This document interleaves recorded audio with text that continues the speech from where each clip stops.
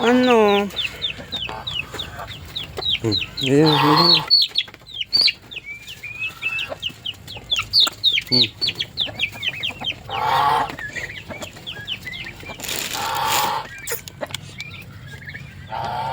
Itlog ng pabo.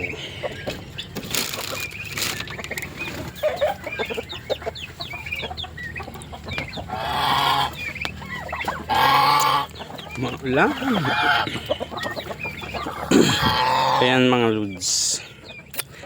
Kailangan pag may mga alaga kayong ganito, pabo, pato o ano pa yan, manok. Pag nakakulong lang sila, hindi nakagala, dapat lagi nyo binibigyan ng dahon.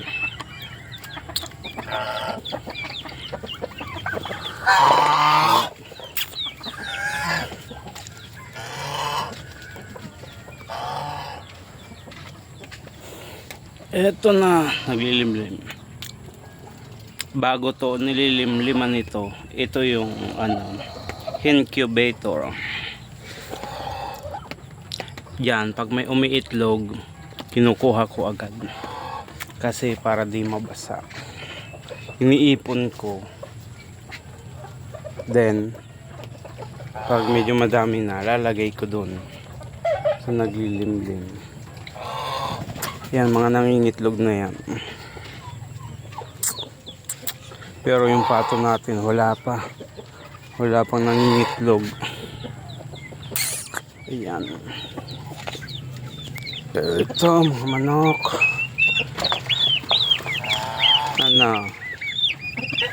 Mga to, mahigit isang buwan, magdadalawang buwan na to. Additional na, mga 3-4 na buwan. Lagay natin to yan sa malaking kulungan. Yan sila. Matutulog na naman.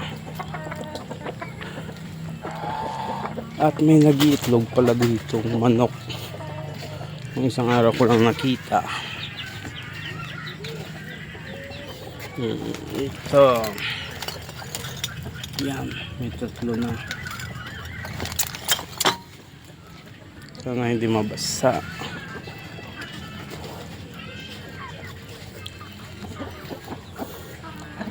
Tapos na naman ang weekends. Trabaho naman bukas. Nandun yung mga kambing natin. Ayan.